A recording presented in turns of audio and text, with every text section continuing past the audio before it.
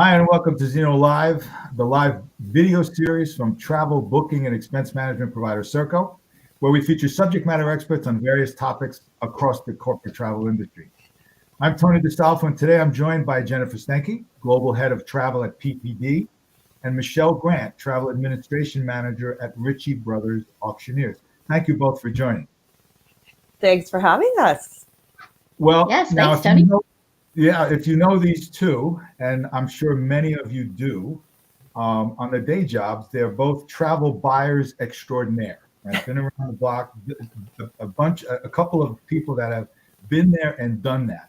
But today, I want to talk to them about their newly minted roles as chairperson, that would be Jen, and co-chair, that would be Michelle, for TAMs, the Travel and Meeting Society. So first off, congratulations to both of you. Again, thanks for being here today, but also being willing to give your time to what is totally a volunteer organization. So hats off, number one. I want to note that. Thank you both for that. Thank you. No, thank you, Tony. All right.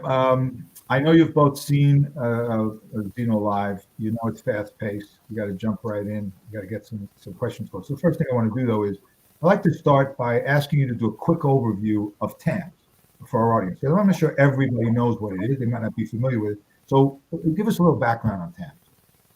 Sure, Tony. First of all, thank you again for having us, and thanks for highlighting TAMs. So back in 2020, TAMs started as a group of volunteers that came together to develop industry standards for cleanliness and different things as we were kind of all trying to figure out what the heck was happening with COVID and how bad the industry was hit. And we published some standards, which are still out there and are available on our website. But from there, people were saying, well, what's next? You know, what is the next thing that we should be doing? And that's really how the Travel and Meeting Society got started. And so we're a group of like-minded individuals from all different aspects of the business travel and meeting space. And really our focus is on educating, disrupting, and innovating in the business travel space. So it's strictly volunteers, lots of really great people. And what they do is they come together to solve problems for the industry. So we've done everything from, we have an incubator for startups, right? We have a marketplace. We have travel tech evaluators, all different things, a sustainability handbook. So things that these individuals said, here's a problem, how are we going to solve it? And then we put that content out into the world for free. Well, again, great endeavor, you know, and it's very interesting the way you went about it, and thank you for sharing that. And at the end, we're going to tell people how they can join.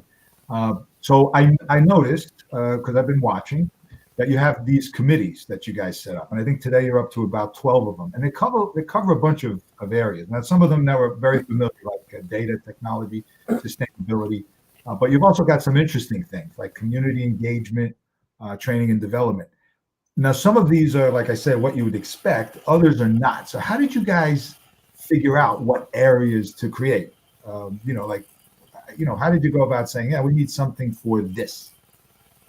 I think some of the committees came out of the original group when we started. So we had 8, I think we touched on 8 verticals when we were talking about the travel and meeting standards, the SOS document. And so from that, some of those just evolved into continuing on as committees. And then I think just interest and the community grew very quickly. And I think it just organically grew, grassroots. What someone had an idea, wanted to start something, put their hand up. It's an open community. Okay. Every voice matters. Better together, and if you have an idea, bring it, and they will follow. We have, to your point, I believe about 12 committees now. Some of the ones Jen or yourself didn't touch on. We've got diversity and inclusion, professional development and training, which is really important right now as we're coming out into opening up again and people looking for work, people are hiring. So yeah, I think and we're open to more. If someone has an idea for something, or there's a need or a gap to fill within our society or within the industry, we're open to starting a new committee. And so if someone's that interested, they might also be the committee chair. They could be. Well, it's a great Careful way what you wish for. No, it's true. I love the approach, because if you sit there and say collectively a bunch of people think there's an interest in pursuing something like this. So let's move to Really, that. it's bottom up, right? It's Yeah. not top down. We, Jen and I, and the leaders, the rest of the leaders in TAMS, we don't come up with the ideas or the initiatives. We open it up. We want people to be innovative and bring their own ideas and just do it. Very cool.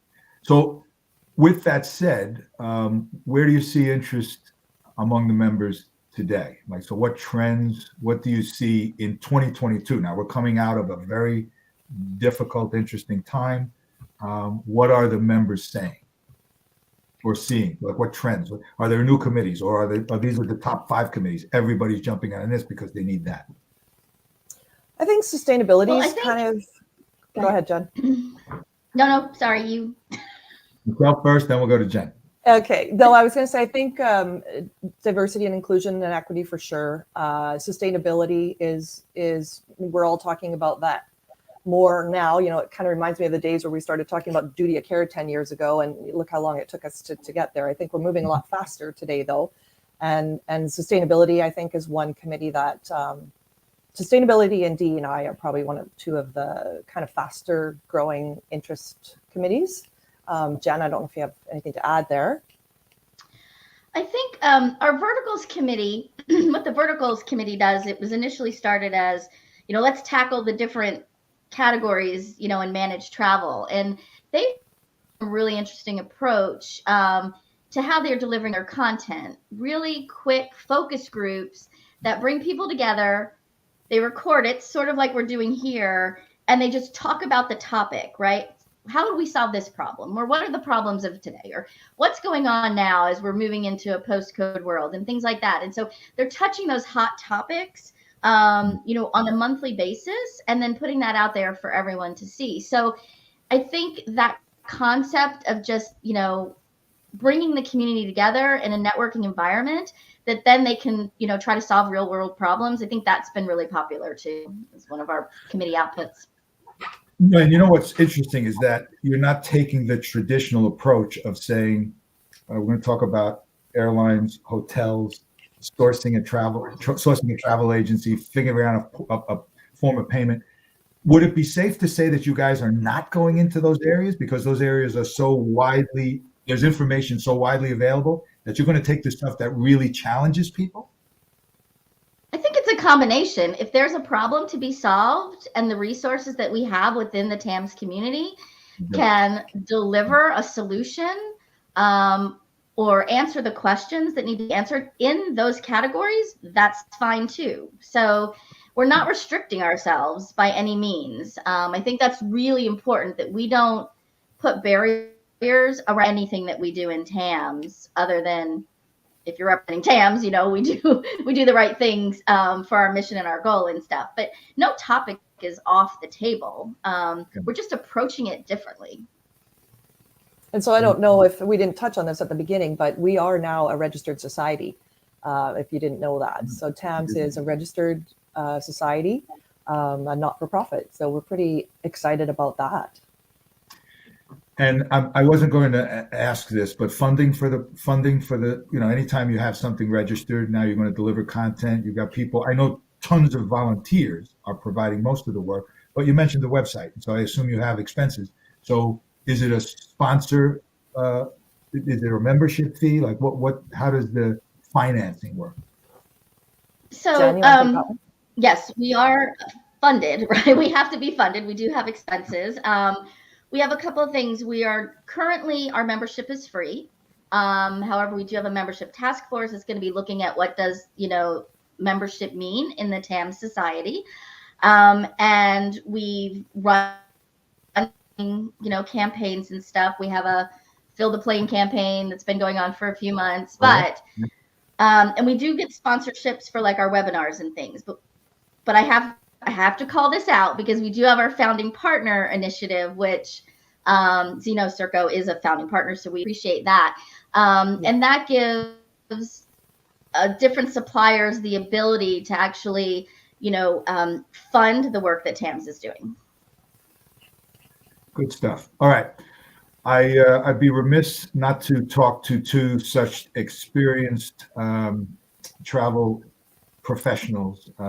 What action, and so this is kind of a general question for the people that are watching, what actions, preps, changes, what should we be thinking about in a post-pandemic world? Michelle, I'm going to start with you and then we'll go to you, Jen. Sure.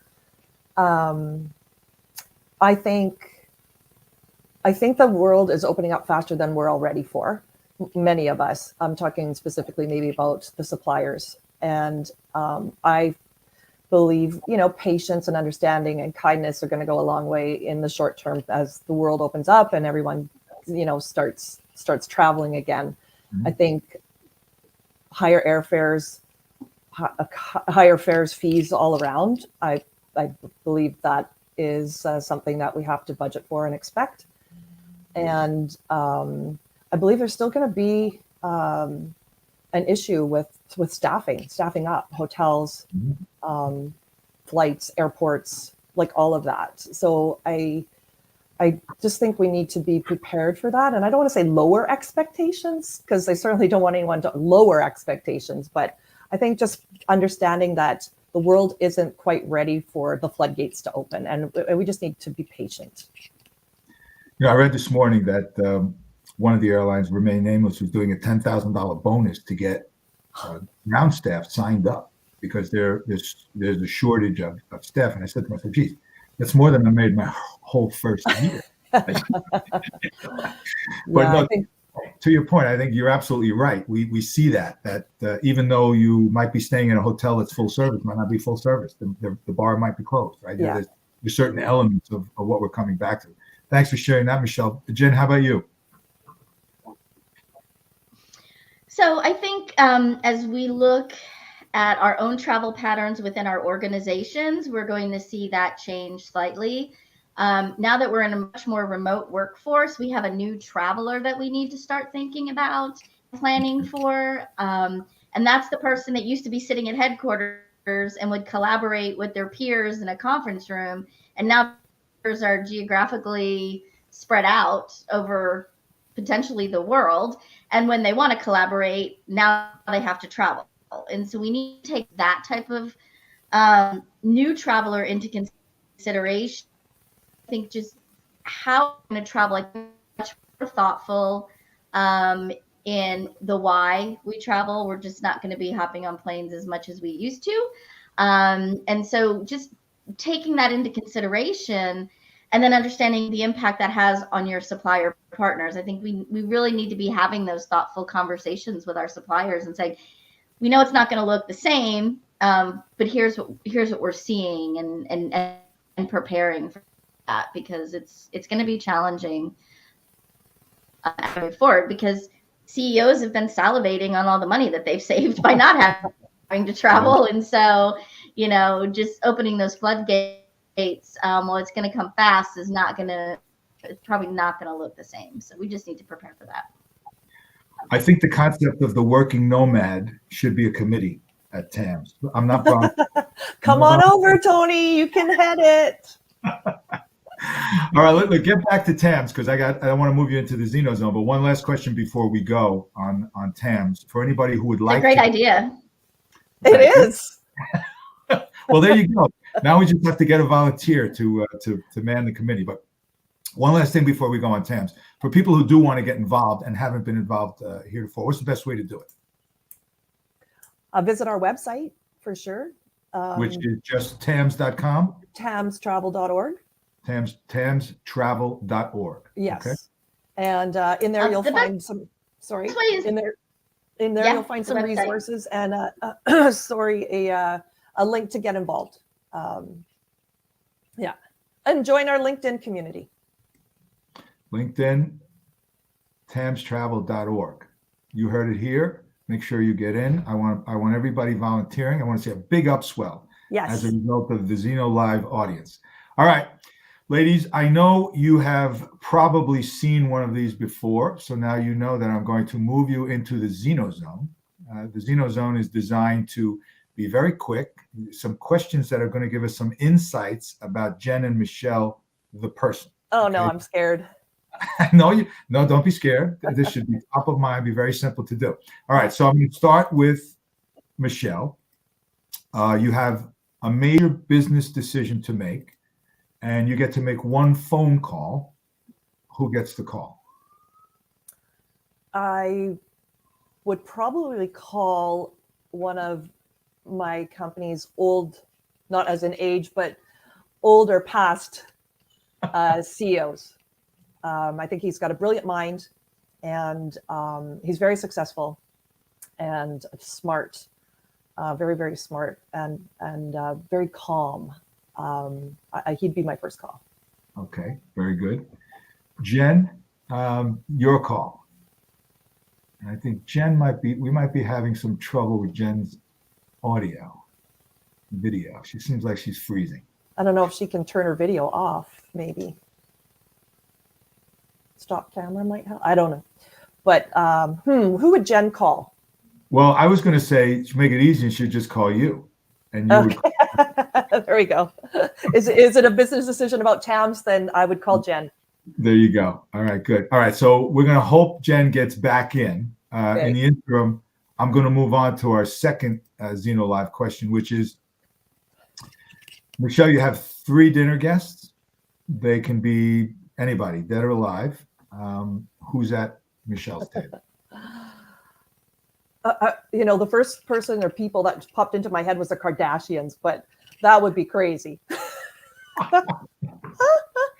Well, I love it because that's the what I want to capture, that spontaneous, because that sounds like it'd be a fun dinner, but okay. Could be.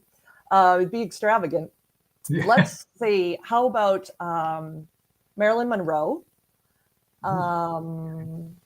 Michelle Obama, Okay. and Gwen Stefani. Wow.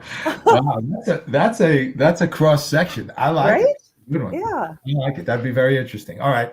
Next question I always ask is, are you ladies, and I think I know the answer to this, but are you ladies fine dining or are you in a dive bar? If we could find a fusion restaurant that was a cross between a dive bar and a fine dining, that would be perfect. Well, going back, do you think the Kardashians would be in a dive bar, or would they? Yeah, okay. All right, good. Well, thank you for that. Last question I always ask our guest here is, give us a prediction, something you think is going to happen in our industry in the next 12 to 18 months. Michelle. I think we're going to continue to see lots of mergers and acquisitions, and maybe. So with that happening, then more startups will probably pop up. That's what I see happening. It's exciting a little bit in the industry right now to see all this stuff happening. Like I just read WestJet bought Sunwing. Like every day there's something new happening. So I see that continuing. And then which gives opportunity for new startups. And I'll just shout out our incubator. I believe there's a second cohort happening, and anyone wanting information on that could also reach out to that committee. So that's what I think. Hey, Jen, you're back. Hi, sorry. The thing didn't like me. This is what live is all about, right? I want to get back to the question I was going to say. I don't, because I don't know. Jen, I got one phone. It's a very important business. Who gets Jen?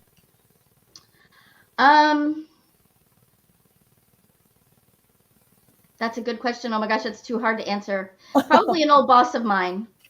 An old boss of mine that I think was probably the best person I'd ever worked for. And I would call him. Well, there you go. You guys are not coached. It's clear because Michelle said the same thing. And I suggested maybe you just call each other. But anyway, all right, let's move on to question number 2. 3 dinner guests, dead or alive, anybody, who's at Jen's table? Ronald Reagan, Abraham Lincoln, Ooh. and my grandmother. Wow. Now, I have to ask, is that because grandmother loved those 2 people, or just because you miss her, or just because she'd be a hoot? Because she'd be a hoot, and I think the 4 of us together would have quite the engaging conversation. I love it. I love it. I love it. We had, so just for, Michelle had Marilyn Monroe, Michelle Obama, and Gwen Stefani. And now the last question I ask is, are you guys fine dining or in a dive bar? Dive bar. Well, Michelle would be fine dining, so I think you guys have to work something out for that next TAMs meeting in terms of where you last question I'm going to ask Jen. I did the same thing with Michelle. Give us a prediction, Jen. You know, you've been around a long time. What do you think? Something that's going to happen in our industry in the next 12 months? I think we're going to see some new technology players out there that are going to really turn things upside down. All right. I like it. Well, look, that's all the time we have for today. I want to thank you both for joining. You've been super, giving us all the information on TAMs and then having a little fun at the end.